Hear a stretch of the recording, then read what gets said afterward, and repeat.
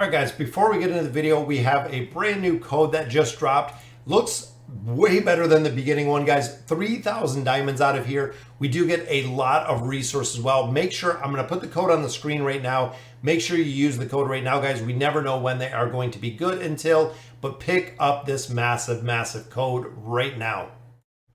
Hey guys, welcome back to some more AFK Arena. Today we're over on our YouTube account and we are looking at the Isle of Gold. Now this event is up, guys, which means we're going to go through, and big shout out to Artizet, if I'm saying it correctly. I'm going to go ahead, I'm going to show you how to start this, how to set it up. You want to make sure, guys, the earlier you get in here, because we do have the refresh timer on our rolls. We have 28 rolls left as it is right now. Now he has a very cool breakdown guide on Reddit that we're going to be kind of following. It really shows you that if you're going straight into the pillage, guys, he has a bunch of screenshots from last season's. The pillage is really the way that you're going to make loot. In addition, if you're putting an incredible amount of defensive buildings, which we've seen in the past, you are going to be missing out on a ton of loot. In addition, you're going to be screwing over kind of your fellow player because of the loot that is within there. So starting off, guys, the first row, we built this one, the Fountain of Blessing. Now the Fountain of Blessing is the most important building that you want. This is going to go ahead and boost your morale. You want to build this as high as possible. I believe the buildings go to level 30. So that is going to be your primary one that you're going to build, followed by the flowers. So right here, guys, we built the Crimson Flower, which was our very first one. Going through here, we did, the Crimson Flower, we did the Prayer Flower, we're going to drop there as well, trying to get extra rolls on here. And then, of course, our third flower. Now, in the guide, he talks about the resource buildings. The resource buildings are actually some of the later ones that we're going to place. He says to do it at like 7 or 8 rolls. I'm going to do it a little bit more just because I want to make sure that we are going to have the ability to kind of break those down. I'm going to cheat over here on the guide a little bit. Again, general strategy, upgrade the attack towers to get the bonuses. So as we know, when we're building these out, guys, as you get these higher and higher, they are going to give really big bonuses in here. He says try to find an ally. So you can actually find an ally through here, but through the log, you can find another player that you'll kind of attack back and forth. He said it yields an incredible amount of diamonds, which would be very cool to see. With the exchange of the attack back. So you can actually revenge attack when you have a battle in here. You can actually revenge attack another player that has attacked you.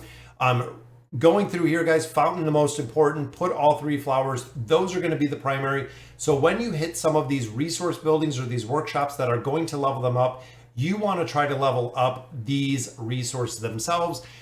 So he says in the beginning, 1 fountain, 3 different flowers, 3 energy towers, 2 additional flowers, then your 4 resource camps. So we're going to go ahead. We're going to do our 3 energy towers, guys, are going to be the next focus. But right there, this is the reason why we're building it the way that we wanted, to be able to hit this workshop and get these fountain blessings. That is the reason why we're building it out. So right now, guys, we're going to do the 3 energy towers. And again, these are going to raise the levels of nearby buildings, which is exactly why we're building them. Initially, it doesn't matter where they are set. We just want to try to level them up, because essentially we're going to go ahead and we're going to do this modify. There we go, guys. Energy tower already to level 3. Plus we got another level here on our workshop. But like I was saying, we're going to go ahead and modify and move all of the buildings where we want them to be right after this. And again, I'm trying to level up this workshop. It is actually, or the fountain, that is the one that I'm actually trying to do here. 2 more rolls, boom, we get a free upgrade to our energy flower, and we get to place another of our defensive buildings. So that'll be our 3 energy towers. We have our initial 3 flowers. We have our 3 energy towers. Now we're going 2 additional flowers, guys. The flowers at this point do not make a difference because they can only have 1 functionality. So when you look at the flower, guys, cannot attack or cannot stack. So you can see here, guys, 1 red flower will do the same as 2 red flowers. We see the same down here when you look at the prayer flower. Effect cannot stack, which means essentially any flower that you build in here, it's not going to make a difference. I like this one just because of the bonuses. We already have the two other flowers built, which means we're going to go ahead and drop this one. Overall, doesn't make a difference, but there we go, guys. Another level right there on our prayer flower. We are going to drop, boom. That gives us a couple more buildings in here because now we're looking at 4 resource towers, guys. So we're going to drop the resource towers in here. Now, overall, it says for the resource towers, we put dust, diamonds, and lab coins. So I'm going to do exactly that. So we're going to go in here, and the first one we're going to put is diamonds. The diamond mine producing 11 an hour. Now, the big thing to remember in here as well, guys, is when you're going through and you're actually dropping these resource buildings, even when you get them leveled up, it's not going to make a big difference, guys.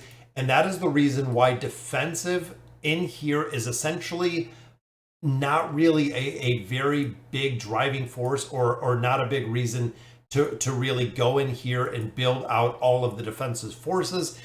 There is very minimal reason to build them because you don't lose many resources. That's really the big thing. And there we go, guys. We got our fountain to level 5. That is what we wanted. Leveling these buildings up, big priority. Boom, got a free level on a diamond mine. And I got an additional level there to our tower, taking our morale up to 6 because we hit level 1. And the morale is what we're going to be driving. It is really going to be the driving force in there. So there we go, guys. So we have all of those initial buildings set. So looking in here, he does have kind of a construction phase. The construction phase does have gaps, which means there's essentially 1, 2, 3. There are 4 spots, which we have right now. 1, 2, 3, 4. We have 5 right now, but he has 4 spots on here where he does not have any buildings.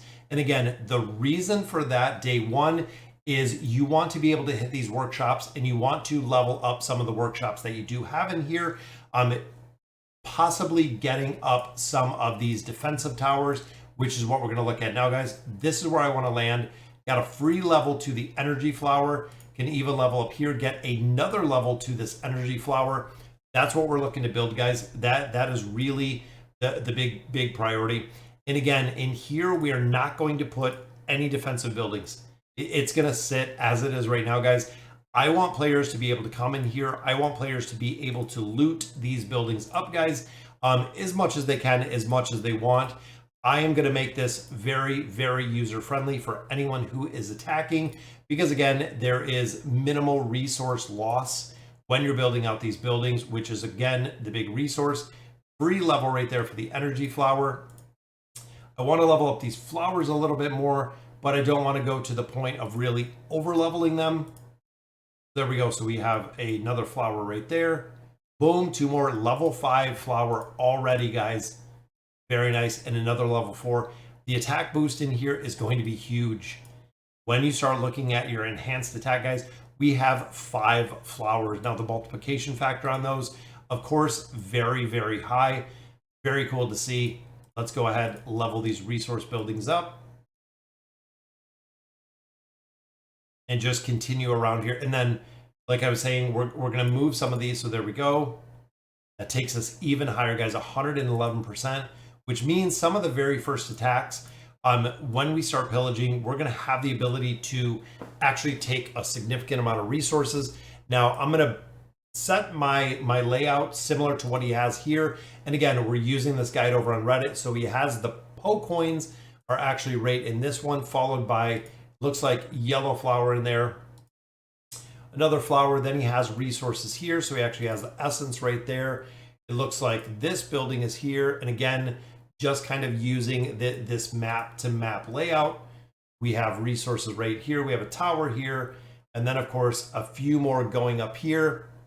What do we have? Resources. We have another tower. I'm not sure exactly the logic behind the towers up here, but it also looks like flower in the middle right there. And that's pretty much it. It looks like he has 1 more flower than we do, but ultimately next roll we can pick up another flower that was up in this top part. So we might be 1 flower short, but this is the exact layout that we're going for. And again, it is a little bit of an RNG, guys, because this is kind of the spec that we want to build. Again, looking at the guide, there are no defensive towers in here. So one thing, guys, again, you can defend your towers. So just because the losses are so minimal, guys, I'm not even going to put garrison forces in here. So free treat to you guys. If you do happen to land on here, I am not putting any of my heroes in here. I'm going to try to do the same. We're going to get into pillaging. Now, when you get into pillage, guys, you have the opportunity to pass or refresh with 5 right there, guys.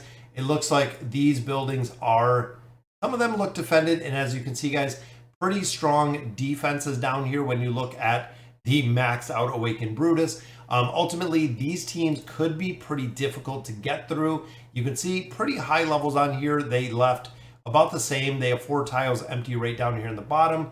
So I'm actually going to go ahead and switch, see who else we got. Here's Cuba, same thing. They put in their defensive forces in here. Don't see any defensive buildings.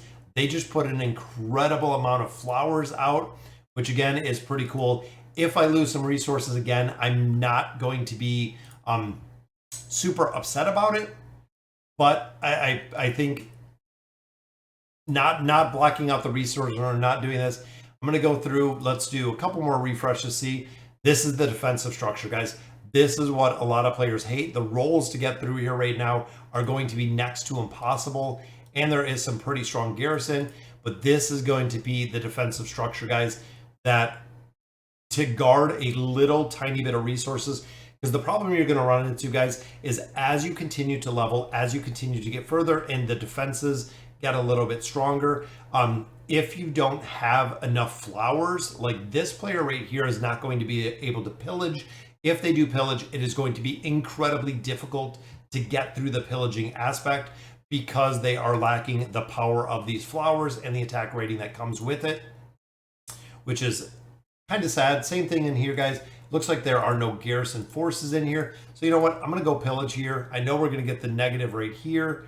But overall, because I have those attack flowers, I'm not too worried about it. I'm going to try to zoom around this side, get 2 decent rolls, which we did right there.